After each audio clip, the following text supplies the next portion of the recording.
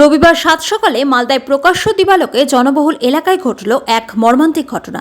দুষ্কৃতীদের ছোড়া পরপর দুটি বোমার আঘাতে ঘটনাস্থলে লুটিয়ে পড়ে প্রাণ হারালেন মানিকচকের গোপালপুর অঞ্চলের কংগ্রেস নেতা শেখ সাইফুদ্দিন। ঘটনায় অভিযোগের আঙুল উঠল তৃণমূল আশ্রিত দুষ্কৃতীদের দিকে। মৃত কংগ্রেস নেতার ছেলের অভিযোগ, এই দিন সকাল ৯টা নাগাদ তার বাবা মানিকচকের ধরমপুর স্ট্যান্ডের কাছে বাজার করতে গিয়েছিলেন। ওই সময় ৪-৫ জন দুষ্কৃতী মুখ ঢাকা অবস্থায় তার বাবাকে লক্ষ্য করে গুলি চালায় এবং পরপর দুটি বোমা ছোড়ে। সেই বোমার আঘাতে তার বাবা ঘটনাস্থলেই প্রাণ হারান। তার আরও অভিযোগ, এই ঘটনায় গোপালপুর অঞ্চল তৃণমূলের সভাপতি শেখ নাসিরের আশ্রিত দুষ্কৃতীরা জড়িত। তারাই তার বাবাকে প্রকাশ্য দিবালোকে জনবহুল বাজারের মধ্যে খুন করেছে। তবে সঠিক কী ঘটনা ঘটেছে বা এই ঘটনার সঙ্গে কে বা কারা জড়িত রয়েছে তা খতিয়ে দেখতে মানিকচক থানার পুলিশ তদন্ত শুরু করেছে বলে জানা গিয়েছে।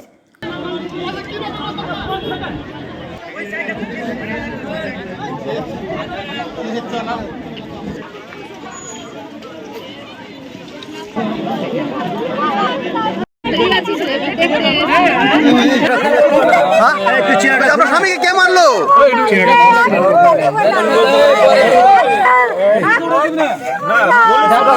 বলছি আপনার স্বামী কে মারলো বলতে পারবেন না?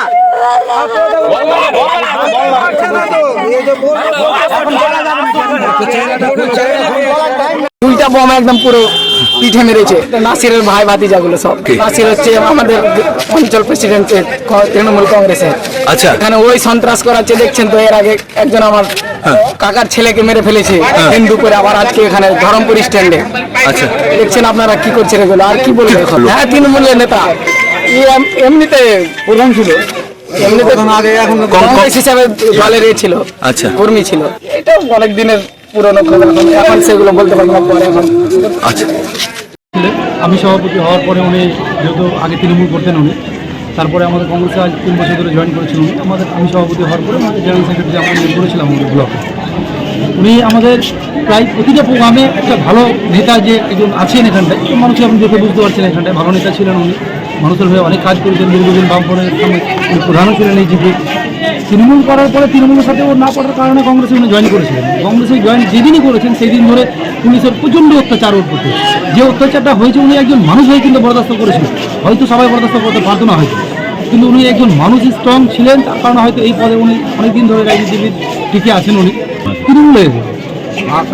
তৃণমূলের নাসিররা আজকে আমরা দেখেন একটা কথা বলি, এর আগে প্রায় 2 মাস আগে এই সাইফুদ্দিন সাহেবের একজন ভাস্তাকে কিন্তু মার্ডার করা হয়েছিল। ছেলেটাকে নিয়ে গিয়ে উঠিয়ে নিয়ে গিয়ে বাগানে গিয়ে কেটেছিল, জীবিত ছেলেকে কেটেছিল ওরা, ছেলের দিয়ে মার্ডার হয়েছিল। আমরা বডি থানার গেটে রেখে আমরা এডিশনাল এসপি সাহেবের সাথে বারবার অভিযোগ করেছিলাম যে দেখেন, ক্রিমিনালদের ধরতে হবে।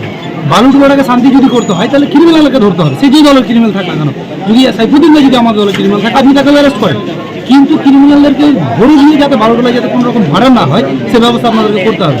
কিন্তু পুলিশ কিন্তু কেন কী করছে, পুলিশে দেখেন আমরা এই অভিযোগটা বারবার করতে করতে আমরা খাসতে গেছি। আর অভিযোগ কোথায় করবো আমরা? একটা কথা বারবার করে বলছি আমরা, যে পুলিশ মানিকচকে আছে বলে আমাদের মনে হয় না। তৃণমূলের ক্যাডারেরা, যিনি এখানকার বর্তমান বিধায়িকা, উনি যতক্ষণ যা বলবে না তার নির্দেশ ছাড়া কোনো কিছু হয় না এখানটায়। এই বন্যা হয়েছে, আমি সামান্য ছোটো একটা কথা বলি। বন্যাতে সাধারণ মানুষ বন্যার ত্রাণ নিয়ে আমাদের যারা কংগ্রেস বিজেপি তৃণমূল যারা করেছে তাদেরকে একটা পলিথিন অবধি দেয়নি। আজ ওনার পারমিশন ছাড়া, আমি বলি আপনাকে, দক্ষিণ চণ্ডীপুরের একটা গ্রাম পঞ্চায়েত বিজেপির প্রধান আছে, একজন প্রধানকে পলিথিন না দিয়ে তৃণমূলের একজন যিনি যারা ওখানকার নেতা ওদেরকে দিয়ে পলিথিন ডিস্ট্রিবিউশন করানো হচ্ছে। কিন্তু সরকার নির্দেশে পড়েছে আইসি সাহেব যতগুলো ক্রিমিনাল যারা বালুডোলার যারা ছিল এখানটায় মার্ডার কেসের আসামি, ওরা কেমন করে পুলিশের সাথে বসে চায়ের দোকানে বসে খায়, এই স্ট্যান্ডে বসে ঘোরাঘুরি করছিল। পুলিশ দেখতে পাচ্ছে না? পুলিশের সাথে প্রতিনিয়ত ওদের যোগাযোগ ছিল, পুলিশ ওদেরকে কোনো রকম অ্যারেস্ট করেনি। যদি অ্যারেস্ট করতো তাহলে উনি আজকে মারা যেতেন। মোহাম্মদ নাসির কি এলাকায় আছে? অবশ্যই আছে, অবশ্যই এলাকায় আছে। উনি নিজের ছাড়া, আমি তো বললাম আপনাকে, এখানকার যিনি মানে বিধায়িকা আছে, বিধায়িকার হাত ওর মাথার উপরে আছে, নাসিরের মাথার উপর আছে। নাহলে নাসিরের ক্ষমতা হয় না এভাবে দিন দিন এভাবে লোককে উঠিয়ে নিয়ে গিয়ে মার্ডার করছে। তাহলে পুলিশ কী করছে? সাইফুদ্দিনের লোক মারা গেলে নাসিরের লোক করে, নাসিরের লোক মারা গেলে সাইফুদ্দিনের লোক করে। এটা মানে গোপালপুরে একটা চলছে দীর্ঘদিন। কোনো খুনই আমাদের কাছে মানে কোনো মার্ডার আমরা সেটাকে সমর্থন করি। সাইফুদ্দিন আমাদের সঙ্গে অনেক দিন ছিলেন, কাজ করেছেন। আমাদের প্রতি আমার আলাদা দুর্বলতা আছে। আমি দল একটা জায়গায় করি, কিন্তু উনি কোন দল করেন আমি জানি না। সাইফুদ্দিনের সাথে আমার ব্যক্তিগত সম্পর্ক ভালো। আমি সাইফুদ্দিনের সাথে 4-5 দিন আগেও কথা বলেছিলাম, গণ্ডগোলকে কেন্দ্র করে যাতে 2 দল মিলে একটা বসে কিছু করা যায়। আপনারা এটা করুন। আমার কথা হচ্ছে, রাজনৈতিক দল আমরা যে যাই করি না কেন, বংশগতভাবে বা দলগত দল ছাড়া আপনারা মানে এলাকার মানুষ, সাধারণ মানুষ হিসাবে আপনারা মিলে থাকেন। কারণ আপনার নিজেদের ভাই ভাতিজাকে খুন করে এরকম করে মৃত্যু করাবেন না। 4-5 দিন আগে আমি সাইফুদ্দিনের সাথে কথা বলেছি, তো বললো ঠিক আছে আপনি আসেন, কথা বলুন। আমি ভাবতে পারছি না যে সাইফুদ্দিনটা না, ভাবতে পারছি না। আমার খুব কষ্ট হয়েছে, কারণ আমার সঙ্গে দীর্ঘদিন ছিল, আমাদের কর্মাধ্যক্ষ ছিল, কাজ করেছে আমাদের সঙ্গে, এবং উনি সিপিএমের একটা মূল জায়গা থেকে আমি ওনাকে দিয়েছিলাম। উনি একটা মানে ক্রিমিনালের ড্রেন থেকে আমি তুলে আনা মানুষ, তাকে নিয়ে আমি রাজনীতি করছি। উনি কেন চলে গেছেন তৃণমূলে এটা আমি জানি না, কিন্তু আমি যেটা জানি যে বোধহয় পঞ্চায়েতের কোনো টিকিট নিয়ে গিয়েছে, তাও বলতে হবে না। কিন্তু উনি ব্যক্তিগতভাবে আমার সাথে রিলেশন হয়, এবং ওনার মৃত্যুটাকে আমি কোনো মতেই আমি মেনে নেব না। আমি চাই পুলিশ মানে এর প্রতি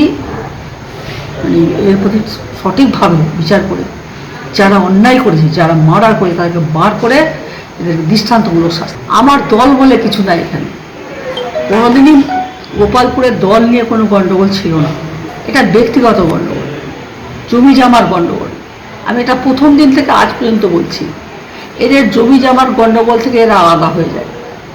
এবং এই নেপালবাবু যে একজন আছেন, উনি মাঝখানে মিডিয়া হয়ে জমি কিনেন, মুসলিমদেরকে দিয়ে দখল করান। এটা নিয়ে এদের মধ্যে গণ্ডগোল চলছে, এটা দীর্ঘদিনের সমস্যা। সাইফুদ্দিন বাবু যখন তৃণমূলে ছিলেন তখন থেকেই ওদের ব্যক্তিগত সমস্যা, এই সমস্যার সঙ্গে তৃণমূল পার্টির কোনো যোগ নেই।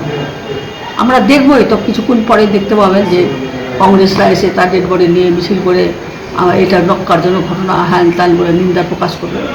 এটা তারা পলিটিক্যাল ঘোড়া জলে ওরা জায়গা খুঁজছে, মাছ, সেটাই হচ্ছে ওদের একটা ক্যারেক্টার। কিন্তু এখানে আমি বলবো যে, আমি এটা কংগ্রেসকেও বলবো যে রাজনীতি করার কোনো জায়গা নেই। যারা খুনি, যারা দোষী, তাদের সাথে দাঁড়িয়ে আমরা একসাথে তার পানিশমেন্ট আমি দাবি করছি। পুলিশের ভূমিকা নো ডাউট ভালো, পুলিশ সমস্ত রকমভাবেই এই ব্যাপারটা নিয়ে খতিয়ে দেখছেন, এবং আজকেও পুলিশ তাদের ভূমিকা ভালো, এবং পুলিশ চাইছেন দোষী ব্যক্তিরা শাস্তি পাক। এখানে কোনো দল দেখা হবে না, এখানে কোনো মানুষ দেখা হবে না, এখানে দেখা হবে যারা এখানে এর সঙ্গে যুক্ত থেকে যে কোনো রাজনৈতিক দলকে মেলাইন করার চেষ্টা করছে, এবং আর একটা রাজনৈতিক দল ফায়দা নেওয়ার চেষ্টা করছে, এই ধরনের লোক তৃণমূল কংগ্রেস করবে না।